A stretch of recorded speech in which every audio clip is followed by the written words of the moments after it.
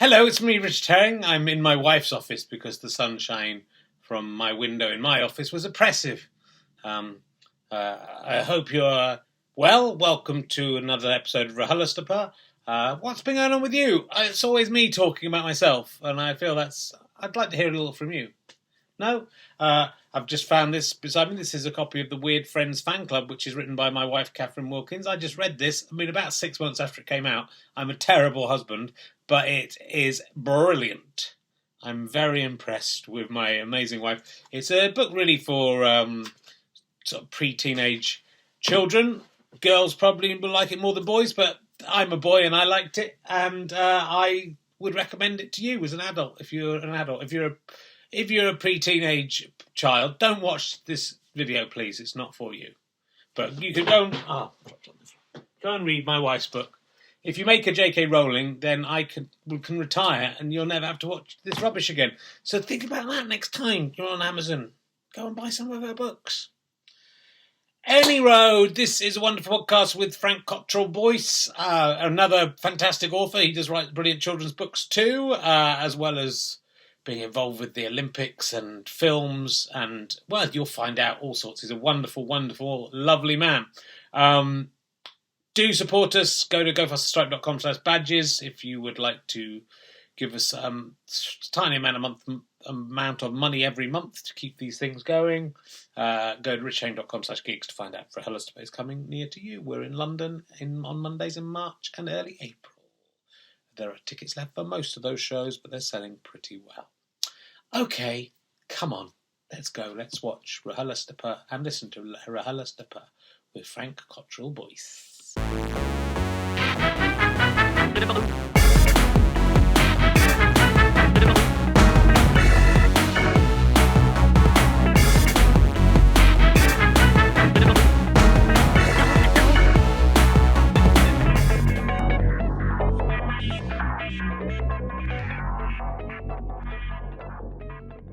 Ladies and gentlemen, welcome to the Liverpool Playhouse. You're already much better than last week's audience. They were.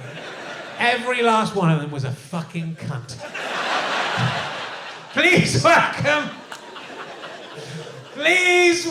a man who is hoping to get into a fight tonight, as per usual in Liverpool. It's Richard Herring! Thank you very much. Thank you. Hello Liverpool, it's lovely to be back. Welcome to Richard Herring's Liverbird Shagging Triathlon podcast. It's got to come up with new ideas for podcasts every time, so what I've got three of the members of the Liverbirds. Polly James, remember, was one of the Liverbirds. Most of you too young for the Nera Hughes from the Liverbirds. Molly Sugden is in it as well. Got to try and shag all three of them, and it's now. Not in the party, you've got to shag them now, it's not. I mean, Molly Sutton's been dead for about 25 years. It's not going to be that nice. If you want, you can have Lucy instead of one of the women. Yeah, me too. Had nice. Don't remember the Liverbirds. Not the actual Liverbird, the Liverbirds. Oh, never mind. But I was. What was I going to do here? I was hanging around. I'm there. I was hanging around with the fifth McGann brother the other day. There's five of them. You might know four of them. There's the fifth one is Ian McGann. If you know him. The McGann brothers was created by a cloning experiment. They started with Paul McGann, and then just every copy that came out just slightly uglier than the last one. It was like Paul McGann, but just not quite as good looking every time. Ian McGann is so hideous. He's in an attic in the McGann house. He listens to a lot of podcasts. He calls it RHLSTP. So, love to be here. Of course, the people of Liverpool, I'm sure, are delighted that Boris Johnson is our current PM. I must be very, very glad that as we are at time of recording, this information was correct. He called people of Liverpool mawkish, and then he's still got to be PM. So I've decided to call you all fucking cunts, and I hope I'll be president of the world one day. That's how it works. That must be how it works. I was down at the Albert Docks earlier. Lovely place to go. Liverpudlians are forced to confront their shameful past by looking at this morning map in there was Fred, the greatest Fred Talbot. It's good you still have to confront it.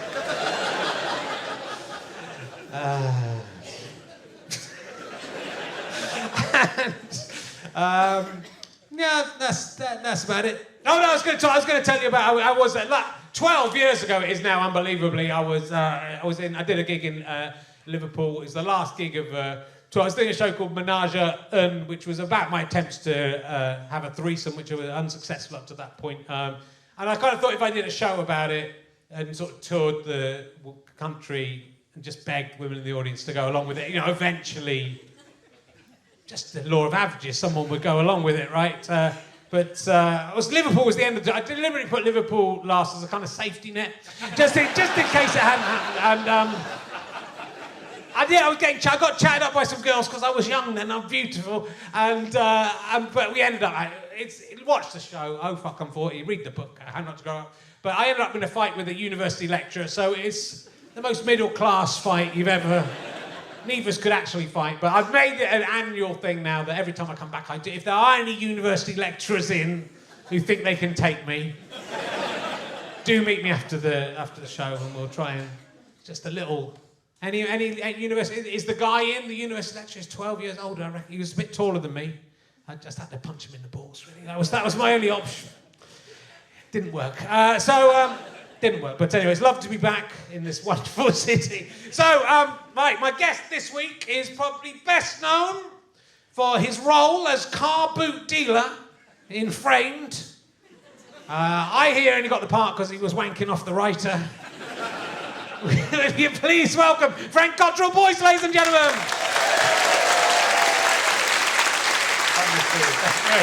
Come in, sit down. The actor, Frank Cottrell-Boyce. Paul McCartney replacement. You're the Paul McCartney. How many phone calls were there between Paul McCartney? I think you were in before Paul. I think I got you. And I thought I better get a name.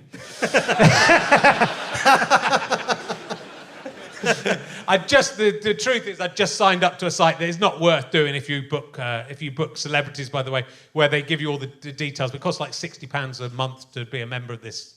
And I just thought, I'll do Paul McCartney for a laugh, and that was the one that got back to me. So when they're fans of the podcast, I say, eventually come down. If you're listening, Paul, you're welcome in. I told them he's welcome any time, is what I said. If he turned up tonight and I said, bump Frank, he can come to Hull. You'd come across to Hull.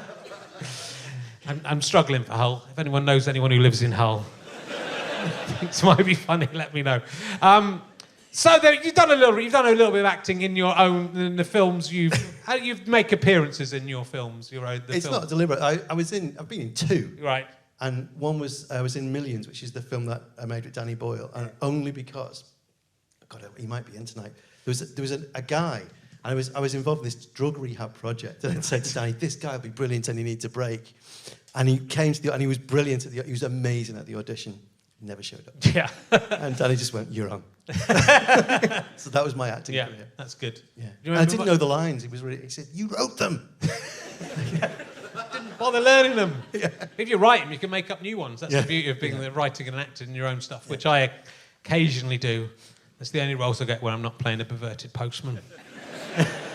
But I am ready for if Danny Boyle is in and has a perverted postman in any of his upcoming films, I'm very happy to do it. I mean, it's where to start with you. Again, it's astonishing the amount of stuff you've done. I'm a writer. I like to think that I'm terrible at it.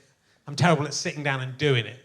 I feel as though I should say something. It's all right. You don't have to. You probably won't ever see any of my stuff, so it's fine. But you are creating stuff all the time.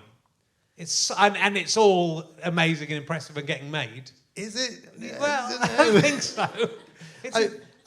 But getting made is like a thing, isn't it? Because getting any film made in Britain is an achievement. It is. So I did a film a few years ago called The Railway Man with Colin Firth. Yeah. And it's a true story. And I've got a daughter who, when she was little, she was very ill, and she wanted to go on this school trip, and she was in year 6. And I said, "I'll come with you. I'll put you on the bus on the way back." She needed a parent with her. "I'll put you on the bus on the way back, and then I'll go over to Berwick-on-Tweed to interview this guy." right? It sticks in my mind. So I put her on the bus, year 6. She went back home. And I got all these trains across. Berwick-on-Tweed interviewed this guy, made the film. When we made the film, she had to get a babysitter for her second baby. It takes a long time, which is why I got into podcasts, really, because it's quite immediate. The guy, yeah, the guy died on the last day of shoots. But what I'm impressed about, I've got 2 children, and I'm so tired that I cannot do a single fucking thing when I sit down at my desk. And you've got 7 children. Yeah. I mean, I know they're spread out a bit, and they've grown up a bit. But how they're just nicer than your children. They must be. How do you cope with 7 children, first of all? But how do you then write with 7 children? That's just... Well, I never didn't have them. Do you know what I mean? Like, that was when I started... You were born with them? Yeah. Pretty much. Yeah. Like, when I started writing, I already, for a living, I already had kids, so it was all... In fact, I think that's how I got it, because I went for this interview at Brookside, and which had just started, and we just had a baby, and I was, like, desperate to get work. And I managed to lig this interview at Brookside, and I'm sure I got it just because I looked too young, and too hopeful. And they were like, "So, do you want to tell us anything?" I was like, "You just had a baby?" Like, oh, God. Give him a job. Yeah, so I got the job, yeah. Oh, that's nice. Well, I'm glad that helped. It hasn't worked for me, no. Yeah. Actually, I did get a job because I had kids, which was working on Breeders, which is a new sitcom coming out with Tim from The Office is in it, Daisy Haggard's in it. I got sacked for not being good enough, so it's put me off writing. So my kids have ruined that as well. I've got to write 6 episodes of a sitcom in the next month. It's only for the radio, though, right? No, you'll do it. You'll do it. It'll be great. It'll be great. Do you write? Are you the kind of writer? Because I don't really like to plan, and I've seen you say you don't like those kind of books of how to write movies. But do you still plan ahead? You don't like the 3-act kind of... No, I do like to just jump in. I wouldn't recommend it, No. because I haven't written any hit films. Do you know what I mean? I've been going around going, "This is rubbish, all this verse-chorus thing." I've never had a hit. It's like, I am like the way not to do it. It might be me, Well, I think it's... But I agree with you, because I think you find those writers who do write to the... They know every beat, and they know when you've got to hit. Yeah, you know when you're being manipulated, don't you? And Yeah. It's just dishonest. And it's sort of, you can find that a bit naturally, but also it's more surprising if it doesn't. Well, I think the thing is that people are paying to go on courses to learn stuff, and you know what shape a story is because you've been brought up on film. Yeah. It's in your DNA. If you can tell a joke, you know about the timing of a story, so you don't need to be taught that. I don't think it's somewhere in you. So it's just this 6 episodes of this sitcom are just going to come out at some point. Absolutely, yeah. I hope so. I've been doing it for about 2 months. I've written half an episode. I've got all the characters already. What's it called? Well. It's called Relativity. It's the 3rd series. The thing is, thanks to some big Radio 4 fans there, the thing is, a lot of it's just stuff my mum and dad have done. Well, my dad really has done. He hasn't done anything funny this year. My dad's got dementia, and he's an absolute font of hilarity. That's good. I wish my dad had dementia as well. Really recommend it. But it wouldn't be good for this sitcom because I've already had a character with dementia. I can't go back and do that again. Yeah, you can't get I had better. my grandma in it and she died, so that's... No use to me, is it? Can't bring her back, can I? Oh, she wasn't dead after all. Do some more funny dementia stuff. It was a very moving thing. But I knew a lot about you, but the thing is with being a screenwriter as well is your name doesn't really necessarily get put above the title. That is like a non-existent job. Being I think Ben Hecht, who must be like the greatest screenwriter, he said, if you're interested in prestige and fame, you'll get more prestige and fame riding a tricycle. Should I tell you a story about that? Yeah. Okay. So when I was I had a film in competition at the Cannes Film Festival. I think it was like my second film. I was really young, and the Cannes Film Festival is like, it's serious, and competition. There's only like 12 films in the competition, and this is how seriously French people take that competition, right? So you have accreditation, and if your film is in competition, you've got a different colour accreditation. I went to mass on the Sunday morning. The priest was giving out communion. Le corps de Christ, le corps de Christ, le corps de Christ. He got to me and went, le corps de... Ooh.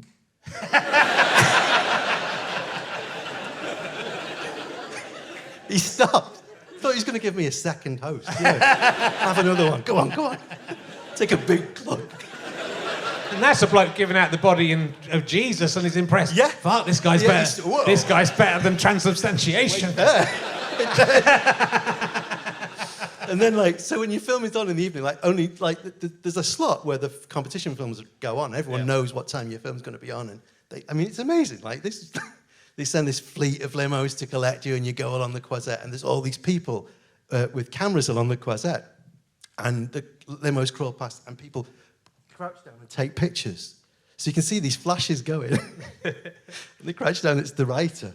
Fuck it. So you can see this, illuminated Mexican wave of contempt go by. And you get out the bottom of the red carpet and they get out and they walk up and people are screaming, the name of Woody Harrelson was in this. They're going, Woody. And then you go up, it's like... But there's a lot of. I'm looking at the wrong page. There's going to tell you we're in dinner, ladies. Next, I've gone back. There's so many. So that was Welcome to Sarajevo, I presume that was, which is Hillary and Jackie. Which I didn't know was you.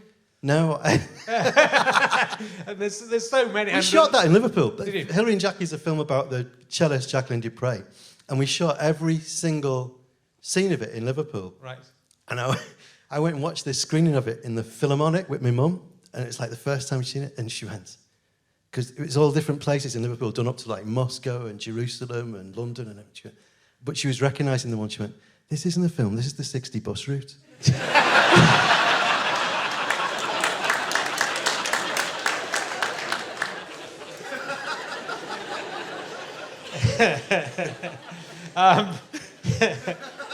But you've worked with Michael Winterbottom, 24-Hour Party People, Cock and Bull Story. That got into the Cannes Film Festival as well. That was an ill-matched thing. That didn't really work. Because we had a press conference and for Tony Wilson, God rest his soul, and I really mean that, he brought this whole entourage of waifs and strays with him. Right. And Cannes Film Fest is very, very serious, and we had this press conference that should have been Michael, holding his earlobe and talking about existentialism. And it was this bunch of Fat Neck and Tommy and all these people. And someone asked the question, I don't know why I'm telling you this story. Someone from the Christian Science Monitor asked a question. And I said something very nice about Tony. I said, the Thatcher years were terrible, and he held up this beacon of beauty. And God, my daughter's here. I've got to swear. I'm going to swear, but I'm going to quote somebody, right? And Rowetta was sitting next to Tony. I said, he held up this beacon of beauty, and it was hope for us. And she went, yeah, but he's a twat, though. And he turned on her, and it just turned into this absolute full-on fight. People chucking stuff and everything. And I just remember looking at these foreign journalists with their things in their ears going, what did he say? What did he say? And were you thinking, shit, why are you doing this now? I could have put this in the film. Yeah. This could have been the end of the film if you hadn't got the film already. I was just thinking, why did they want to watch this film about a TV presenter from the Northwest? I was mistaken for Tony Wilson. Last week, I don't know if you were here, I was mistaken for Brad Pitt by a taxi driver. Yeah. I was also mistaken for Tony Wilson, which is more insulting, I would say, given he'd been dead for quite a while and was quite significantly older than me. So two people I've been mistaken for. I was mistaken for Patrick Kluivert. Okay. I don't know who that is. Is he a... He's a Dutch footballer, but he's a black guy. Okay. And I was mistaken because I was walking around Amsterdam, the kids were playing football, and a ball came to my feet, and I went to pass it back, missed, and it went in the canal, and he went, thanks, Kluivert. And I've also been mistaken for... I was a film that was on that got nominated for BAFTAs, and they do this thing with the brochure, and they get a famous photographer to take loads of portraits. And I was younger and slimmer and better looking, and there was an actor that I used to get mistaken for, which was Alan Cumming. Oh yes. You know Alan Cumming, right? Yeah, yes. No, don't say a little bit. See that? No, you can't. A little bit. Right? Little okay. Bit. So I went and Rankin, who you look a bit like. Okay, I'm off the mistake. Rankin was going to take my photograph, and I went. I was on the same day as. I must have been doing it alphabetically. So I rang at the door, and Rankin came to the door, and he went, "Fucking hell, Alan, you look terrible."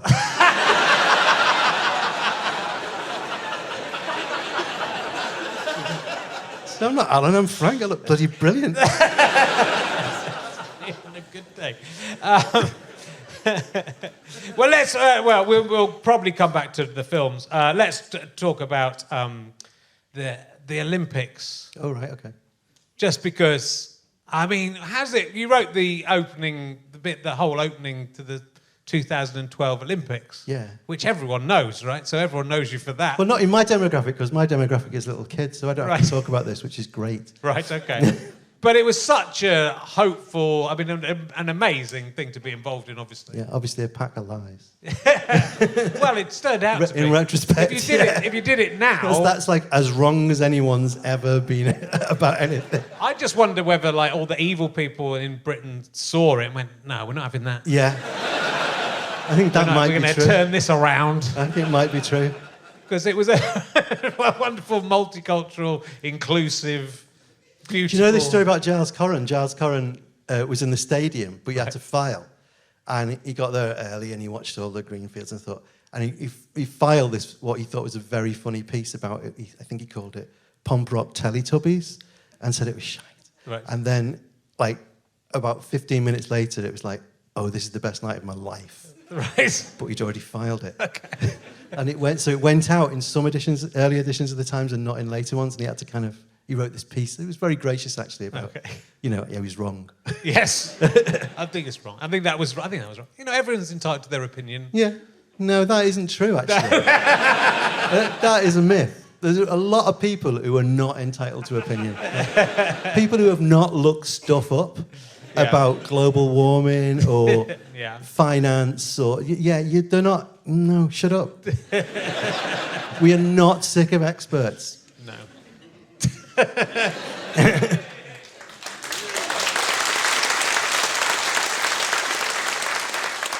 But how do you... I mean, say like that as a writing job, I know you did it with Danny Boyle. How did you go about creating that extravaganza? That's such, and the scope of it seems limitless as well. It was like on a film, the job descriptions are very, blurred anyway, aren't they? Yeah. So it was like I was the writer in the room. Yeah. And there was a designer in the room, a brilliant guy, Mark Tilsley, and there was a musician in the room. So I would just like pull stuff together, and there were like lots of writing jobs to do. There was like, putting it together in a sequence, but just also writing that page of A4 that went to the dance captains to explain what they were trying to do, or writing letters. Was there a lot of it just do some shit in here? I haven't got an idea. Dance around a bit. Just You come up with something. Do an Olympic thing.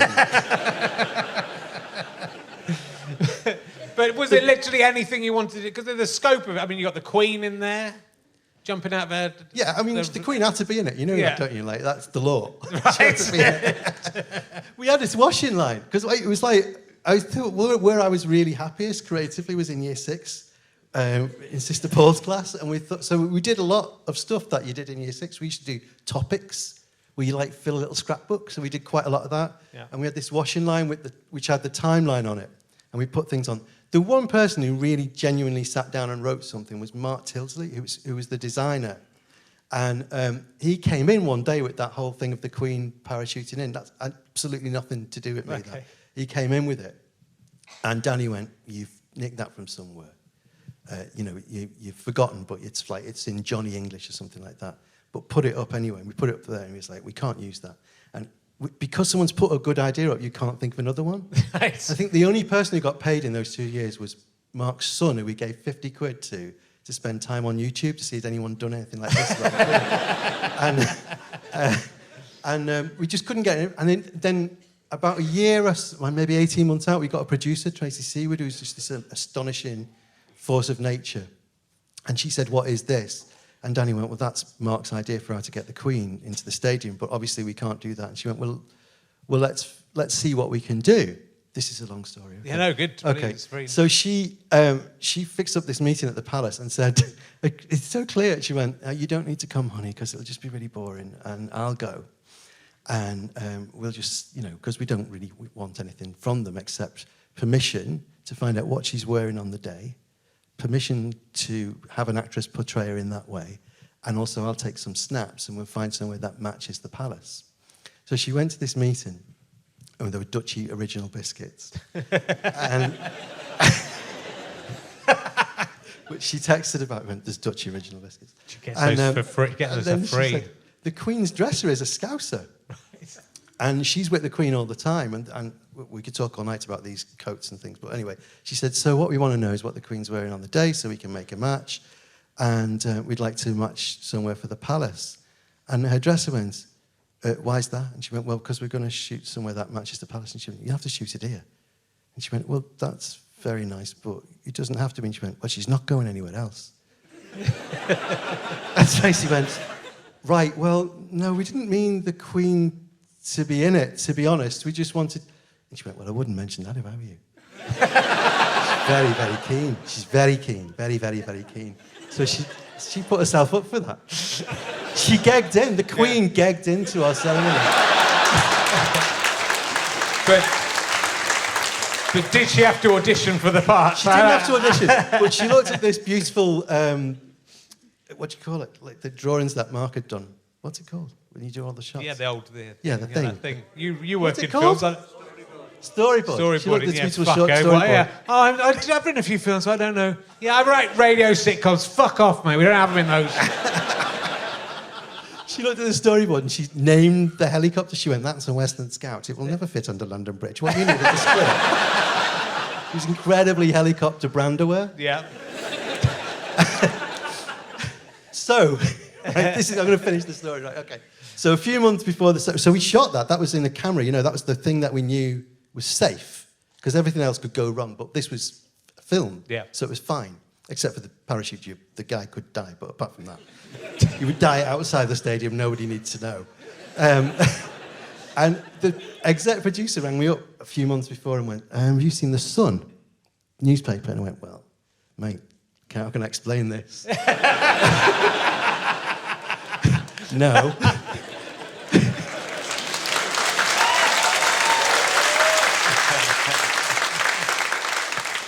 And he went, well, I think you should look at the website. And they had it up. They had photographs. They had the whole story. Everything that was our ace up our sleeve, the whole thing was in the paper. And he went, you need to ring Danny and tell him. I went, no, I don't. You need to ring Danny and tell him. And he went, no, you need to. So I said, I'm going to mass. And came back a couple of hours later and he went, look at the website again, look at the website again. The Sun had run it on April the 1st. And every comment under it was, you must think we're stupid. That's obviously photoshopped and that nobody believed. So the one time in its entire history that the Sun told the truth.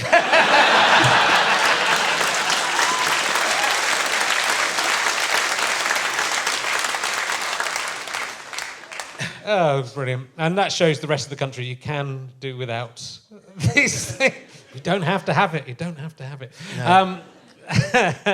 Terrific. I'll ask you some emergency questions. I'll ask you them. I'm very interested to know if you could have one item from any museum or art gallery in the world. I'm guessing you're going to go local, but let's see. What would you take home with you to keep if you could take one thing and keep it? The Lewis chessmen. That's my one. You can't have them. But it's noggin, innit? Yeah, because you love that noggin the nog. Yeah. I knew that you'd done that, but I'll fight you for them. Okay, well, there's enough. You could have the reds and I can have the whites. Do you know what I love, though? Do you know that big Siberian crab in the front of the Liverpool Museum that's been there since you were a kid? I've always liked that. I'd have that then. Yeah. You can have the chessmen. They are good, those. That guy who found one in his drawer. The Lewis chessmen. Yeah, not the Siberian crab. Tiger, no. You'd know it was there. It was wrapped up in paper. But that guy, that's annoying. That's what I want to happen to me. Yeah, that was annoying, I have to say, yeah. Why does that always happen to other people who find the Mona Lisa in their bedroom? So you know the Mona Lisa was stolen, don't you? Yeah. It was stolen by Vincenzo Peruggia. Okay. And do you know what happened after that? I don't. Go on. People queued up to see the space on the wall where the Mona Lisa used to be. And it was better. It was.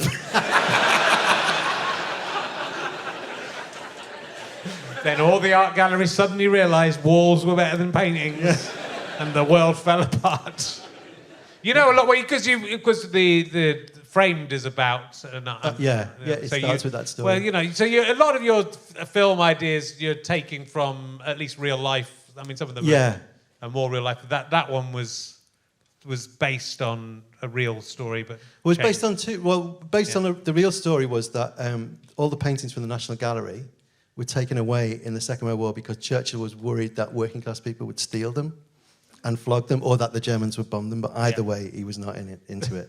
And so they were hidden in a slate mine in North Wales. Yeah. And I've always thought that was very intriguing. Yes. Story. And then the other story that it's based on is like something that I did, which is that there's a castle in Scotland called Drumlanrig, which has a very famous art collection.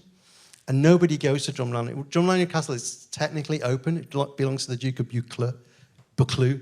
And it's open like 20 minutes on a Wednesday. For tax reasons, it's open very sort of obscure times. Yeah. But there's a lady with a clipboard, and you can go in. And we were on holiday then. I was talking to someone in a pub saying, you should go because they've got a Leonardo, they've got a Rembrandt, there's nobody there. It's not like going to the Louvre. You don't have to stand behind a red thing. You can walk right up to these things and look at them. So somebody, 2 days later, I swear to God this is true, somebody drove up in a Vauxhall Nova, walked in, said hello to the lady with the clipboard, walked up to the Leonardo, the Madonna of the Yarn Winder, took it off the wall and walked out the front door and drove off. It's the biggest art theft in British history. And he just literally drove off with it in a Vauxhall Nova. Yeah. And this is really true, and I feel totally responsible for that. Right. Because I think he was in the pub, Yeah. and he heard me go that and thought, that's a good idea. And I've told that story before, and that is sort of why I wrote that book. Then they finally tracked it down, and that painting is now in the National Gallery of Scotland. The guy who nicked it, his name was Boyce. And he's from Muggle. How mad is that? Wow. Was it you? No, it wasn't. Do you clone yourself? It's very popular. Good. Well, so when you... Because when you with Millions, you came up with the idea as a film, right? That was and then you turned it into a book after the... Well, nobody wants to make family films in Britain because if you make, an art house film, you're up against Giorgio Yogolopoulos or whatever. If you make a family film, you're up against George Lucas or Disney or Pixar or whatever. So nobody wanted to do it. But that script was passed around for years, and everyone would go, "That's a brilliant script." What made you want to? Because you now, I've seen you say you see yourself as a children's author now. What made you want to go from writing those more adult films, and then you've decided to go sort of more family films? It's quite a... Well, that's still kind of the only really family film that I've done, right. Because you can't do it. Well, I'm working on like a big DreamWorks film now. Right. But I'd always wanted to write children's books. I love children's books. I read a lot of children's books. So the story Millions is that. Do you know Delane Lee? Do you know what Delane Lee is? You know that place on Wardour Street, and all the edit studios are in there. Oh yes, yeah. And it's like a rabbit warren of edit studios. Yeah. So there'll be someone, editing some tiny obscure thing, and then the next 5 rooms will be James Bond or whatever. So Danny was in there editing 28 Days Later, and someone had discarded a copy of the script of Millions, and he started to read it in one of those little kitchen things. While he's waiting for the kettle to boil. And then he rang me up and he went, this is great, I'll direct this. Why has nobody offered it to me? And he was literally the only director in Britain who it hadn't been offered to because it didn't have any zombies or drug addicts in it. And then we met and he went, this is a completely brilliant script up to page 29. And then after that, shit. but we'll fix it. And so we went out to dinner and we was talking about books. And Danny is this incredibly voracious reader, but also a very adventurous reader. So he'd be reading stuff about AI or about the political situation in Kazakhstan, and I'd be sitting there going, and Millie Molly Mandy is very underestimated. It's got a kind of minimalist vibe and rural idyll thing, and it's under, and so he just said, why don't you write a children's book? And I went, because I've never had an idea. And he went, 2 little boys found a bag full of money.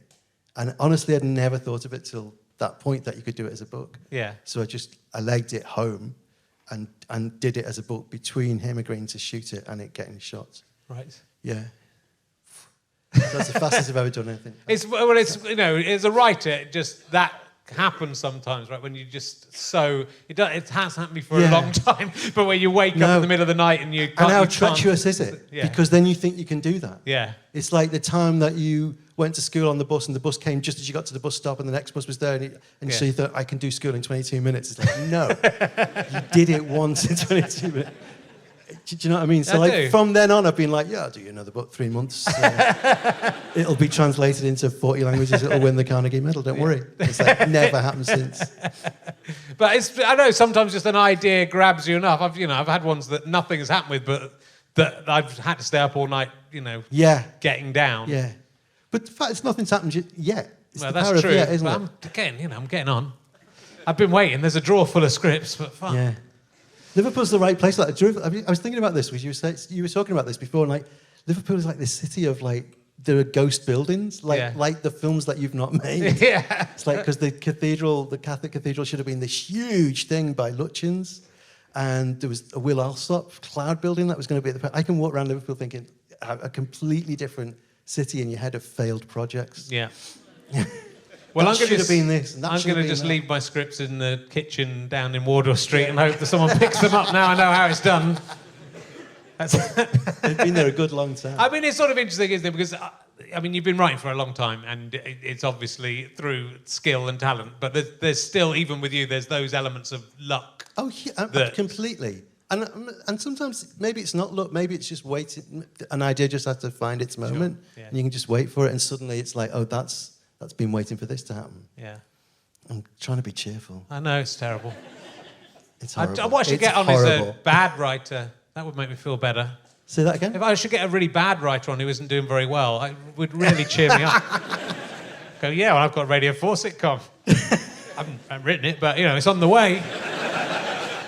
And so your latest children's book is Runaway Robot, which I was hoping would be mainly about me and just finally... the robot escaping, but gaining a consciousness and going, this isn't right. But it's not about that. I had a little look at it. I had the book, and I paid for it twice. Yeah, because I had the book at home, and then I was going to read it on the car journey up, and I left it at home. That sounds disturbing that you're going to read it on the car journey. You weren't driving? I was going to have a look. No, I was being driven. And so I've got Ben Bailey Smith read it to me instead on an audio. Oh, yeah, he's brilliant. Yeah. But it's a nice... So the idea is about a boy who's... Yeah, that's a true story. Well, two true stories there. As well. Yeah. Well, 'cause in the 20s, this guy called Captain Roberts built Britain's first... this is kind of an Olympic opening ceremony story, because he was running this big science fair, and the Duke of York was supposed to come and open it. Okay. And he said, I can't come. And he went, stuff you then. And he built this robot to open the science fair, a replacement Duke of York. Right. And it's Britain's first robot. To be honest, it's not really a robot. It's like I've forgotten what the word is. Android? No, it's a not mechanical an android. thing. I'm just suddenly just got an image of the current Duke of York having a robot, and that's all. I've just got that. A terrible scenario has played out in my head, I have to tell you. Do you want to know something really terrifying? Yes. Since the time of Henry VIII, every single person who's been Duke of York has become king. Wow. Well, it's not going to happen this time. It's not going to happen. After the 31st of October, anything.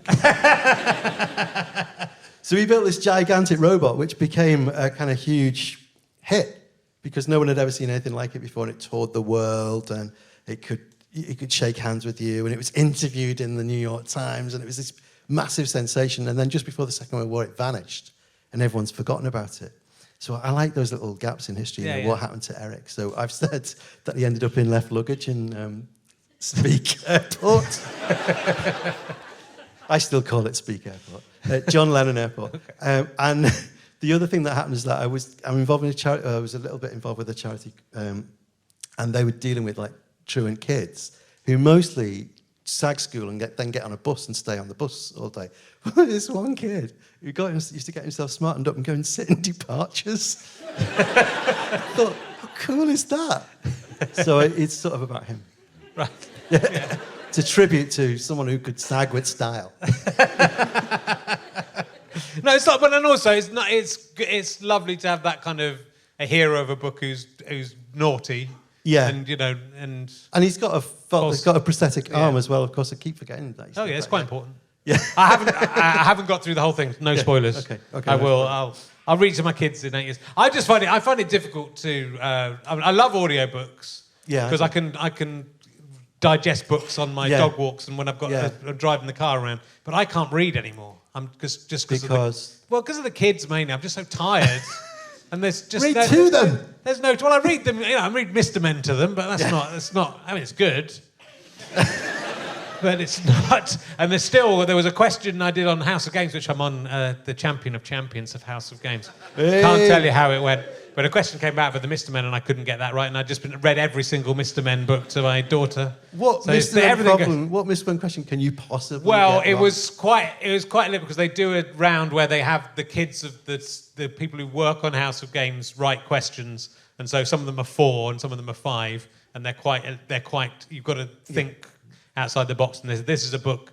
Who wrote the book is about a man who ate a lot of eggs and said something. And it's Mr. Strong, I think, eats lots of eggs. Although I thought it was my second choice. I nearly got it. But I thought Mr. Greedy. Mr. Greedy does eat a lot of eggs as well. Yeah, to be fair. But Mr. Strong eats lots of eggs. Do you like the Mr. Men? I'm not mad about Mr. Men. No. Some of it's a bit dated. Some of it's a bit dated. The Little Miss books are more dated than the Mr. Men. Yeah.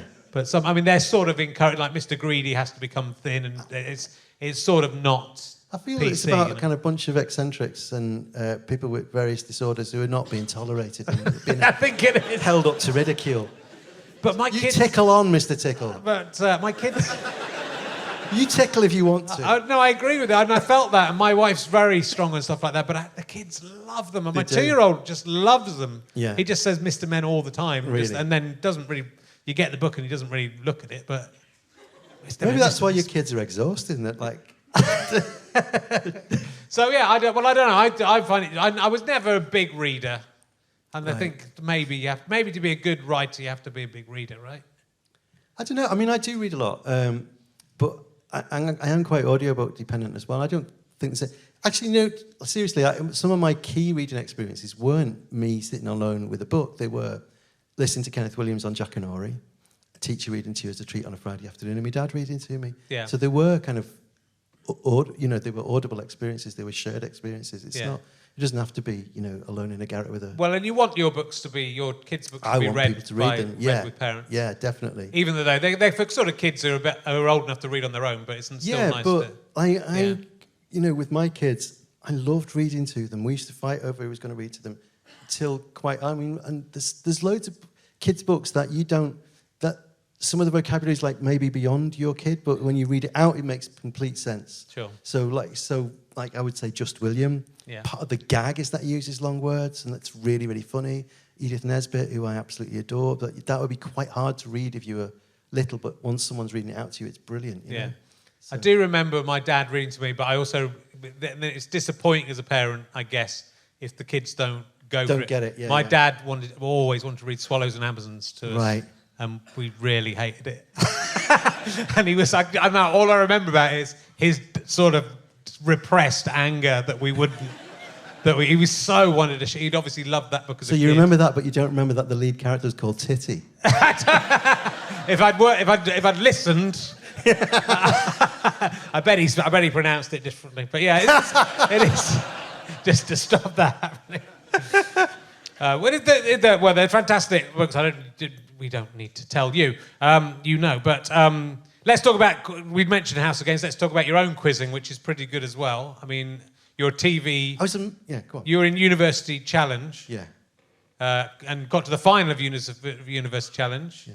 And won University Challenge. You basically got all the questions right and nobody else in your team did. And Reading University you were playing scored 0. But they were a really good team. Were they? Yeah, because they got through to the final, didn't they? Got to the final and scored 0 in the final. Yeah, because I was on fire. How did you do? Is that something? It just clicked just before the show. I thought, the whole point is that if you buzz in early, buzz in the minute you can guess what the question's going to be, because the questions are quite long. Yeah. And they get easier. Yeah. So but then you have to be quite clever to do that. Yeah, well. I mean, What can I say? that's very much my tactic on House of Games. I buzz in before I've really got any idea, and you've got to do that on House of Games. And they put more pauses in when they put it on the telly, so people at home can have a go. Especially when the next lot come out, I want you to know, I was buzzing in really fast. As it turns out, a bit too fast, because I got lots of things wrong. But you only remember the ones you got wrong, don't you? Oh, I can't. I still, like, all the quiz shows I've done, I still wake up in a cold sweat. I had no idea that because I wasn't looking at the score, I was just like, and then I did look at the score like about 5 minutes before the end and thought, shit, they've scored 0. And part of me was like, you better give them 1. Yeah. And then the other part of me was thinking, it's a better story if they don't get any. And then there was a horticultural question on, and what's her name? Anyway, a horticulturist was on the other team. Okay. And I could feel that it was going to be a horticulture question. I was like, boom, I'm in there. Wow. Yeah. Brutal. And she was broken. You've got to be. She was broken. Is that the only one you've done? Would you like to do? Have you done Pointless? I did Mastermind. Did you? No, I've not done Pointless. Yeah. And I don't know. I keep hinting. I keep Well, going, I can get hi, you. Richard. I know Richard Osman. I'll get you on. You can come on with me if you're good. If you know stuff, you can come on. That'd be a How nice tall change. is Richard Osman, by the way? Really tall. I mean, I'm That very is like small. ridiculous. Yeah. I mean, we're both quite small. Yeah. He's like you. If you stood on my shoulders now and put a coat on, Seriously. be a bit shorter than Richard Osman. Yeah. You did. So you did Mastermind. How'd you get on Mastermind? Well, see, Was it proper Mastermind or Celebrity Mastermind? Yeah, it was Celebrity Mastermind. And I chose Oliver Postgate as my Oh. subject and was kind of enjoying it a bit too much. I got them all correct, Yeah. but kind of relished the answers a bit.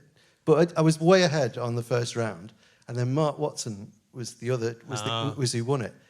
Because he really, like, in the second round, I was so pleased that I'd honoured Oliver Postgate's memory and done a good job of it, and people were kind of, all warm about it. So that when the second round, the general knowledge round came up, it was like, who wrote whatever, and I'd be saying, Edward Elgar. Interestingly, he's from where, I was like really chilled. And then Mark Watson came on, and he was like, just jumping in, getting. Yeah, you have to do that. You can't give I didn't know that. anecdotes. So he was like, yeah. And my mum was sitting behind me as well. That was a bit disturbing. But was she really annoyed with it? And Ted Robbins was the warm-up guy for that. Was he? Wow. Yeah, he came on and sang a few madrigals because it was. He was the warm-up guy when I did it. I did Rasputin on mine, which was properly hard, not like a children's subject. And I had to learn like all the. I don't speak Russian. He so was Russia's greatest love machine. He was Russia's greatest love machine. That's it. I just listened to the Bodie M song, and the other stuff came up. But Ted Robbins said that I had a bit of a beard and stuff, and he said, "You win the award for the person who looks most like their subject." It's quite That is good. That's good. That's a good one. I got 35 points and didn't win. I'm not going to carry on about it. You listen to the podcast, you know. You know. Right, I'm going to ask you some emergency questions. Oh, no. Before we crack on with something else. Let's go. Who's the most famous person you've been in a lift with that you didn't get in the lift with? Can I answer that slightly? Not in a lift. Okay. But that film that we're talking about, The Railway Man, Yeah. with Colin Firth, Yeah. he said to me, what's the best thing to do? And I said, we should go and meet Eric Lomax, who's the real guy, and he lived in Berwick-on-Tweed. So we got the train up to Berwick-on-Tweed, and Eric was quite frail because it had been 100 years since I'd started the project. And we'd said we'd be there at like 12:30, say. And we got off the train, it was only like 11:45, so we said, we walk around the town, get a feel to it. And it started to rain, so we ducked into this doorway. And we just stood in this doorway waiting for the rain to stop till it was time to go around to Eric's. And it was Greg's doorway. And this was like about 2 weeks after Colin had won the Oscar for the King's Speech. Yeah. And I always think about that day, there must have been people going home to Berwick-on-Tweed that night going, I saw Colin Firth in Greg's. So... Yeah, that's good. It's not exactly a lift, but it was... I sat next to Colin Firth at Hammersmith Theatre pantomime, I think, something like that. Right. But I had to Google who he was. It was sort of like you're sitting next to him, and I had to work out who he was to remember his name to tell my wife who he was. Oh, yeah. And because I couldn't, in the moment of being next to him, I knew enough about him, but I just couldn't think of his name. Yeah, I have had a moment like that because my daughter, who's here tonight, when she was little, she was quite ill. Oh, I've already told you that. Yeah. And she was in Alderhay Hospital in the build-up, which is Children's Hospital, in the build-up to Christmas. And in the build-up to Christmas, unless you are, I shouldn't say this, but unless you're very ill, they will send you home. Okay. So we were like desperately trying to get her to go home. But as the hospital empties, all these celebrities come and visit the kids who were left there, who were like, don't want to know, you know? Yeah.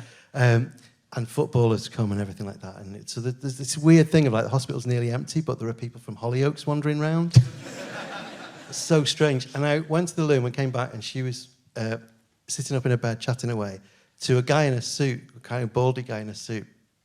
Because you're kind of waiting for a consultant to discharge you. So I said, oh, hi. And he turned around to me and went, she's bright as a button, isn't she? And I went, yeah, she's amazing. And she's just an incredible kid. And can she come home for Christmas? And he went, well, I don't know. And I went, listen, mate, you know, she's got 6 brothers and sisters at home. They're really missing her. I'm not trying to pin you down, but like, what's your feel? What's your feel? You know, like, and he went, honestly, I have no idea. And I went, look, and he went, because I'm actually the elderly but surprisingly effective Liverpool midfielder, Gary McAllister.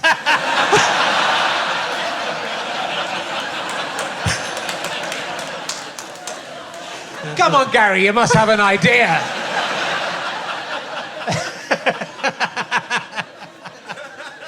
That's good. But I also, you know, when you're Googling someone, they're sitting next to you, it's like you're worried they're going to see you Googling. Yeah. And that way, I didn't want to annoy Colin Firth by not knowing his... You know, you should have known, shouldn't I? Yeah. Seemed nice. Yeah, definitely Stuart. Seems like a nice guy. So, let's ask... Seems like a nice guy. That's too similar to what we just talked about. Let me... Oh, no, I won't ask you that. Your kids are in. Would you... But, do you know? If you... No, okay.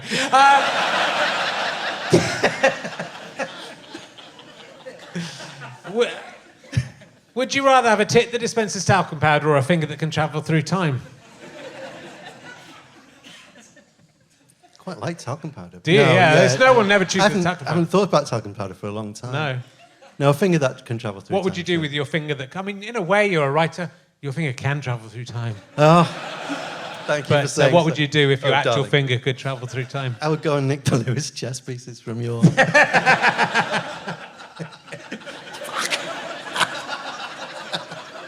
It's a good use. It's exactly... That'd be some game. Exactly right. I was going to ask something else then. What was it? Damn, never mind. Never mind, so it'll come up. Have you ever seen a ghost?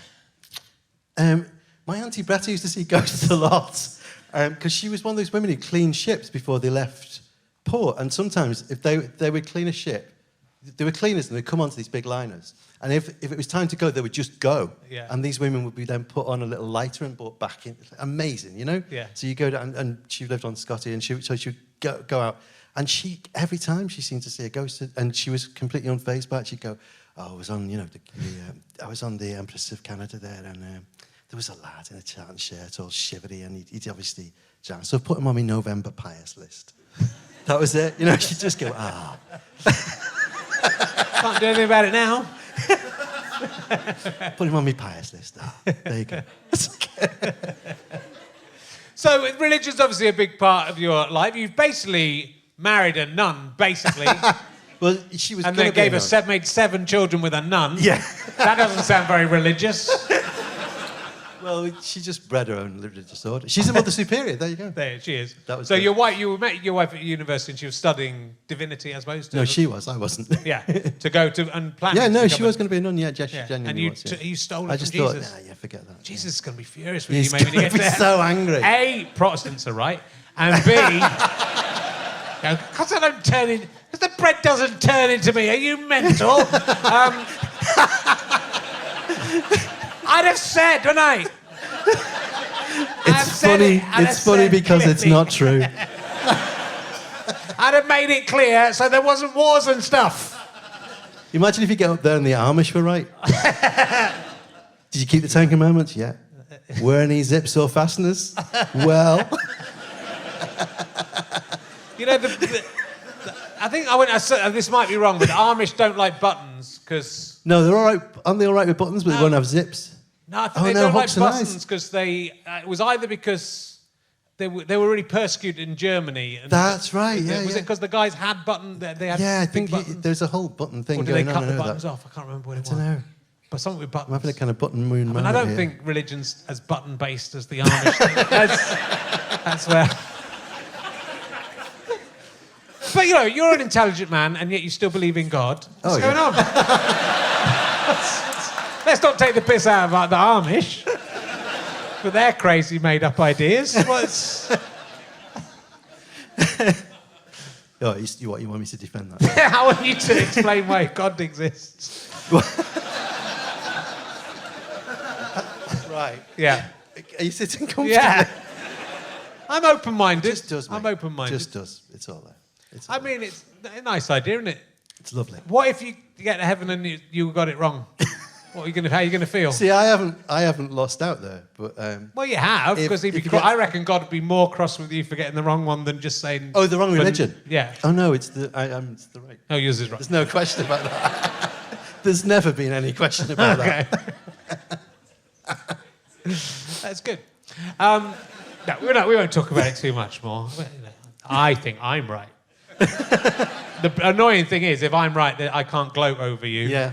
But if you're right, you'll be pointing downwards. Yeah, if you saw me burning in hell, would you have a laugh, don't worry, or would you get me out? Yeah, I get you out. Because it doesn't seem very. I think God's. No. If He burns me in hell, that's not very Christian, is it? No.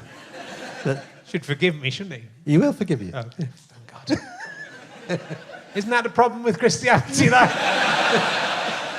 That I can just mess around and then at the end go, sorry. It's a paradox. Oh, sorry. So, like, Tony Yeah. Wilson, his best mate was a priest because nobody lived in the city centre apart from him, and the guy who was the priest in the Hidden Gem, which is he had this beautiful flat in the city centre, but nobody lived in the city centre, so he and this priest were really good pals. And when Tony got ill, he was back in the fold, right? He was a Catholic again. And he rang Canon Clinch and went, I want you to come in. Because they used to eat together a lot, and because there was nobody else around. And he rang Canon Clinch and went, I want you to come to Christie's and see me. And he went, yeah, I was going to come anyway. He went, no, not as a mate. I want you to hear me confession. And Canon Clinch went, fucking hell. We'll have to bring a sleeping bag. That's going to take a while. He said, yeah. 3 days. Wow. 3 days, he said. And this is what he said at the funeral. He said it took him 3 days, during which Tony told me all his sins and frequently forgot to express any regret.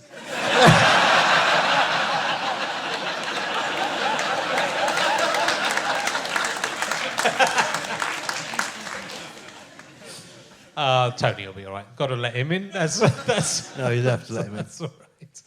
Oh, dear. I'm just so tired. Keep thinking of... Should I tell you another Tony story? Parkinson doesn't say this, does he? I just had a great thing I was going to say, and then... sorry, I'm going to edit this bit out to make me look like a genius. Should I tell you another Tony story? Yeah, go on. Okay, so when I started working on that film, my wife isn't from the Northwest and had no idea who Tony Wilson was whatsoever. And, oh God, I've told it. Anyway, it doesn't matter. Right, she had no idea who Tony Wilson was, and I tried to explain who it was. That he'd been this news presenter, but also this kind of music mogul and blah, blah, blah. And in the script, Tony read the script, and he hated the script. But he knew that he had to love it, to print the legend. But that had to be something that he could get hold of. And he got me in a corner and he was poking at me. He was going, why have you said that I boast that I went to Cambridge? I've worked with people in Granada for 30 years. Hardly any of them know that I went to Cambridge. I never boast, because in the script he keeps going, by the way, when I was at Cambridge. Yeah. He goes, I never, ever talk about it, ever, ever, ever. I don't know why you've put that. And it's like, that's the thing he objected to. Not, you pissed away other people's money, you consorted with prostitutes, you're on drugs, you brought gangsters into Manchester. No, fine. But don't say that I bragged about going to Cambridge, because I didn't. So that night, I went home and I was quite shaken. And I put the telly on, and Tony had a late-night quiz show, a sports quiz show. So I opened the door and went, because she'd never seen him, I went, Denny, he's on, come and see, this is him, you'll see him, come in. And as she walked in the door, the answer to the question was, Cambridge United. And he went, no, it's Cambridge United, my old university town.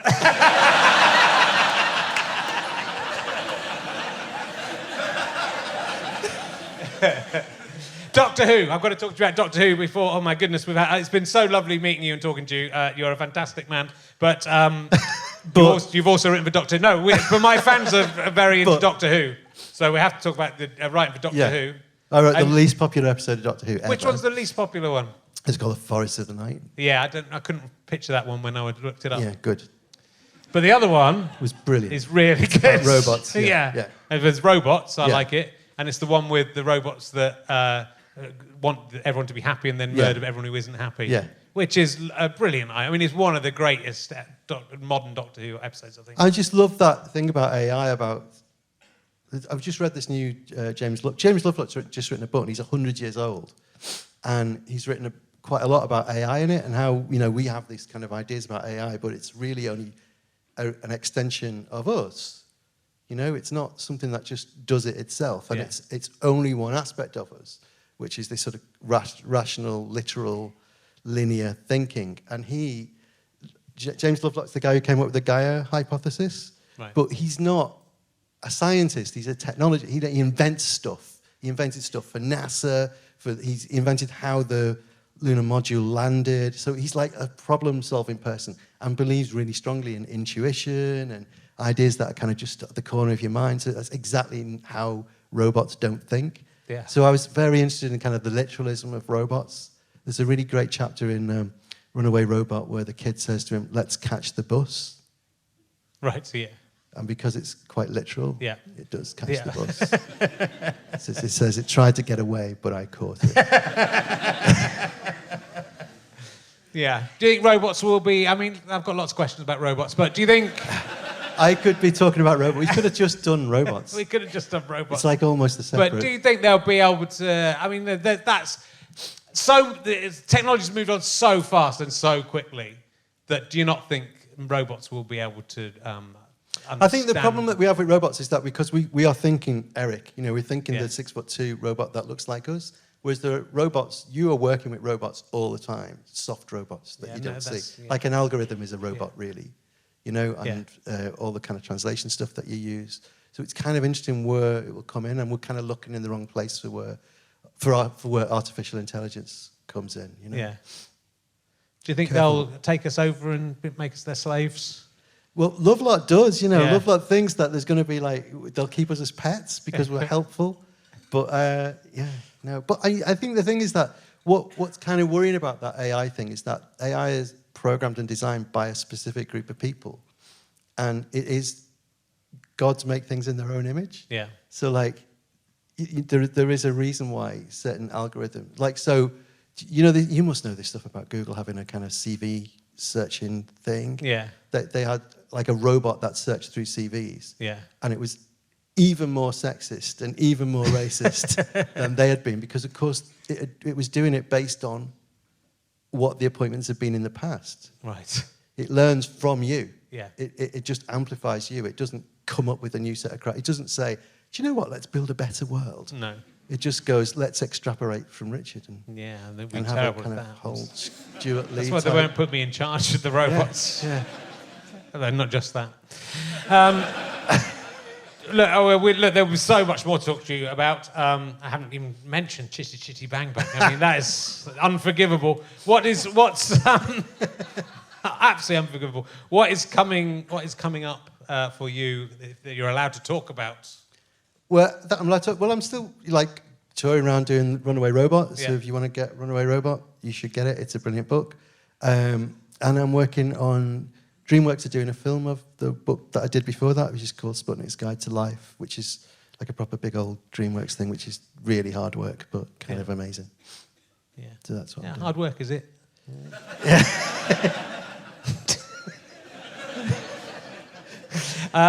I'm a massive fan. I'm a massive fan of things I didn't even know were you, and now I know they are you. And it's been an absolute honour and pleasure to have you. Ladies and gentlemen, please give a massive round of applause, Frank Cottrell-Boyce.